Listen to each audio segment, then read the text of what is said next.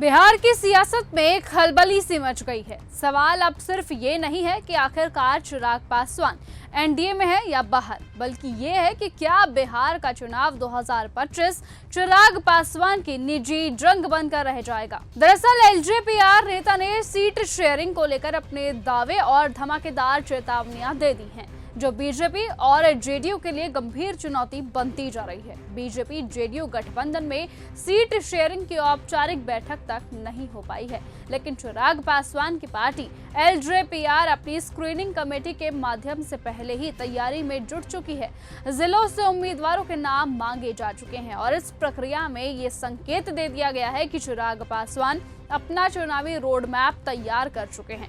चिराग पासवान ये साफ कर चुके हैं कि अगर उन्हें सम्मानजनक सीटें नहीं मिलती तो वो अकेले मैदान में उतर सकते हैं। पिछली बार एलजेपीआर ने 130 सीटों पर चुनाव लड़ा था, लेकिन इस बार चिराग की डिमांड मात्र 40 सीटों की है। हालांकि बीजेपी और जेडीयू की तरफ से उन्हें सिर्फ 20 से 22 सीटों की पेशकश की गई है। यही नहीं, जेडीयू भी अपनी हिस्सेदारी बढ़ाने के पक्ष में है। बीजेपी और जेडीयू के बीच सीटों को लेकर चल रही खींचतान गहराती जा रही है। नीतीश कुमार ये चाहते हैं कि चिराग को ज्यादा सीटें ना मिले, जबकि चिराग अपने कार्यकर्ताओं की उम्मीद पर खरा उतरने के लिए लड़ाई को तेज कर चुके हैं। एलजेपीआर की प्रदेश कार्यकारिणी ने बैठकें शुरू कर दी हैं और सीटवार पैनल भेजने की प्रक्रिया शुरू हो चुकी है। ये संकेत है कि चिराग अपनी रणनीति को अंतिम रूप दे रहे हैं। चिराग का ये दावा है कि अगर उनकी मांग नहीं मानी गई तो एलजेपीआर अकेले चुनावी मैदान में उतरेगी, यानी एनडीए का महागठबंधन टूटने की कगार पर है। बिहार की राजनीति में ये एक बड़ा झटका साबित हो सकता है। बीजेपी और जेडीयू के लिए ये सिरदर्द है। ऐसे में चिराग पासवान के इस रवैये ने राजनीतिक गलियारों में नई हलचल पैदा कर दी है। सवाल है कि क्या चिराग पासवान बिहार के चुनावों में अकेले उतरेंगे?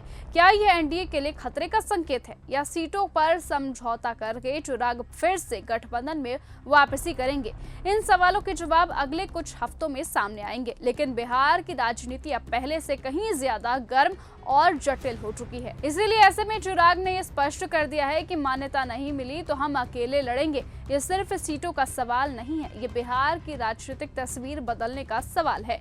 एनडीए और एलजेपीआर के बीच ये टकराव बिहार के 2025 चुनावों का सबसे बड़ा और निर्णायक मोड़ बन सकता है।